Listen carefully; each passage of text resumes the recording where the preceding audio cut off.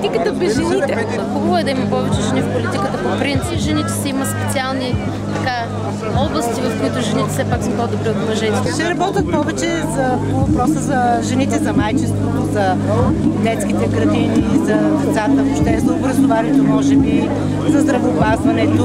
Политиката няма значение дали човек е мъж или жена. Важното е дали това е неговото призвание, дали има интереси и дали се вълнува от съдбата и бъдещето на своя народ. Аз съм за жената да взема активно участие в управлението на тая държава. Предимства да си жена в политиката няма никакви, нито в европейската, нито в националната. Недостатъци, аз не бих искала да мисля за недостатъци по отношение на пола, защото се надявам, че пола няма никакво значение. Имат значение способностите, това, което човек има и предлага като визия, като концепция за развитие, като идеи. Разчитаме да има представителност на двата пола в Европейския парламент.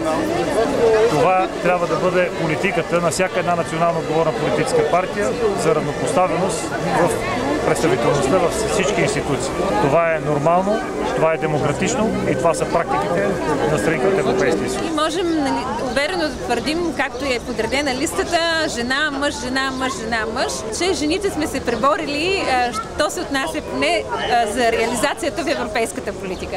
После трябва да интервюрате тези, които ще наредят листите за националния парламент, но за европейската политика виждате, че ние тук имаме съвсем равнопоставено представителство. Съдимо от това, което са доказали до сега, действително са много по-честни, по-почтенни и смятам, че можем да се гордеем с българските жени. А пък и аз в личен аспект съм в женско царство. Имам две прекрасни дъщери, имам прекрасна съпруга и съотношението е 3:1. Така че трябва да се борим за някаква равнопоставеност, поне при гласуването да има уважение към... Жените са, както казва нашия лидер господин Борисов, по-интелигентни, по-умни, по-трудолюбиви и също така по-верни. Верни и на избиратели, и на каузите.